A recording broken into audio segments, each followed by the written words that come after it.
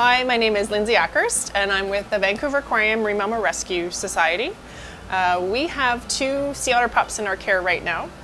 The first one is Tofino. She came into our center June 18th. Tofino was admitted from the Tofino area, actually near Wickaninnish Island on the west coast of Vancouver Island in British Columbia. A member of the public found her out on the beach. Fisheries and Oceans Canada alerted us to this situation and we were able to transport her over to our center.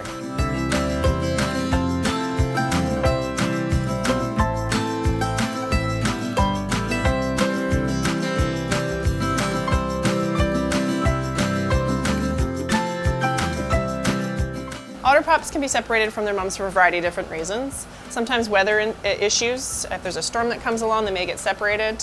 Sometimes interactions with humans.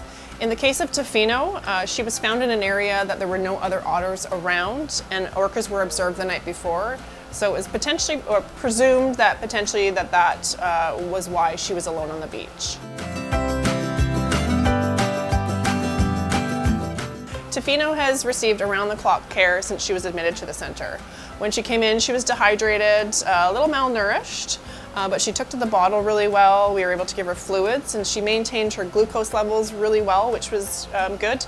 We were able to feed her for the first little while every hour and a half to 2 hours. And then a few days later, we were actually able to stretch that out to 3 hours. She has started to gain weight really well and then progressed in all areas of the rehabilitation process. So this is Tofino, and this is just one of her feeds. This is a milk replacer, and we mix it with some surf clam to bring the protein levels up. And we have to give her the bottle of formula first because she really does love the solids quite a bit. And she's quite a piggy. Sometimes she's gaining, honestly, anywhere from sort of 100, I think, to 200 grams a day right now.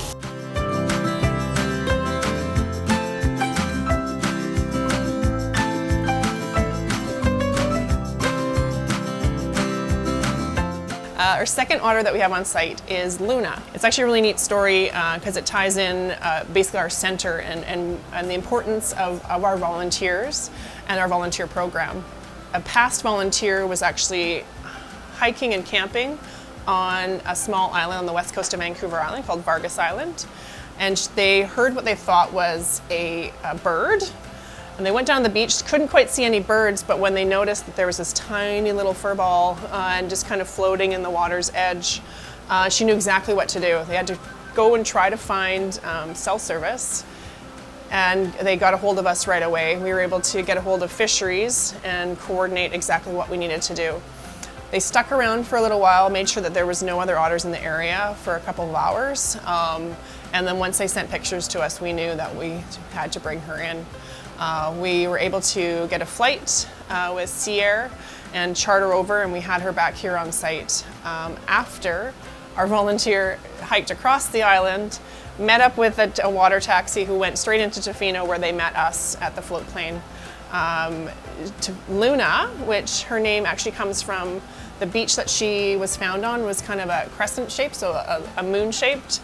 So that was a suggestion for us, so we went with it. She's been a bit of a tricky medical case for us. She's the smallest patient we've ever admitted at the center. She was just over 1.5 kilos when she came in. And has been a little tricky kind of maintaining her glucose levels. You know, otters with their high metabolism, they got to feed often, especially when they're already malnourished. So for us, she's still giving us some grief at times, but she's improved immensely over the last 4 weeks that she's been here.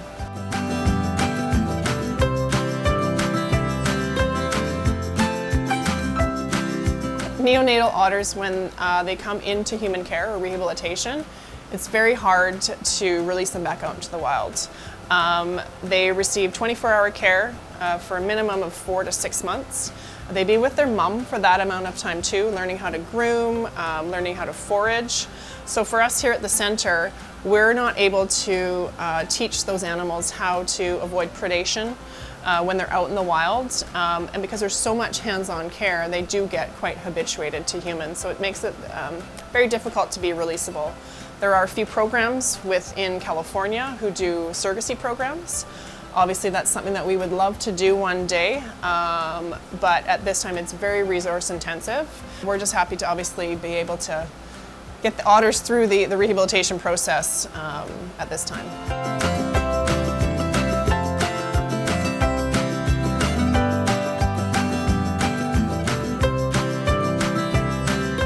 So grooming is very important for sea otters.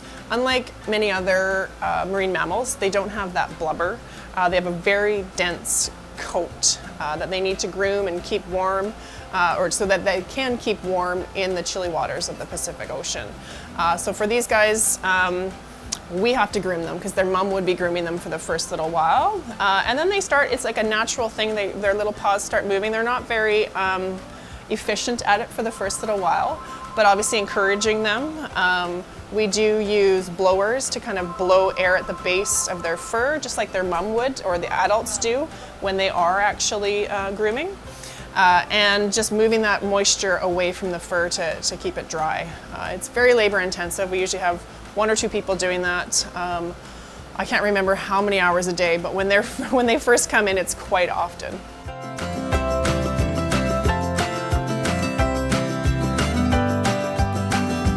Our volunteers are amazing.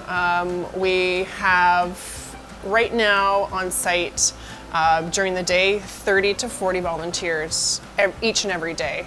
That doubled. Our otter care doubled for a while there, so we were having 45 plus volunteers each day. We've been able to keep that back a bit just with the way the otters are doing, but we would not be able to do a portion of the work, what we do without our volunteers. Instrumental in all aspects, not just the otters, but with the harbor seals that we have coming in right now and every other species that are brought into the center.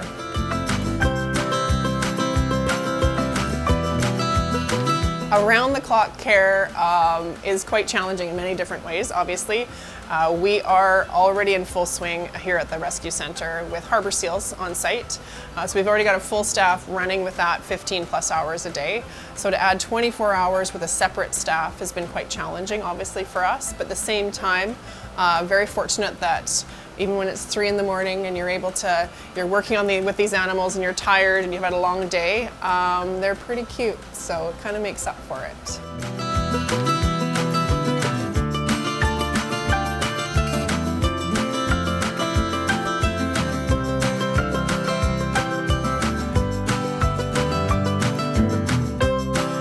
Thank you for helping give Luna and Tofino a second chance at life. Your generosity made their rescue and care possible. And with your continued support, we can help even more marine mammals in need. From all of us at the Vancouver Aquarium Marine Mammal Rescue Society, thank you.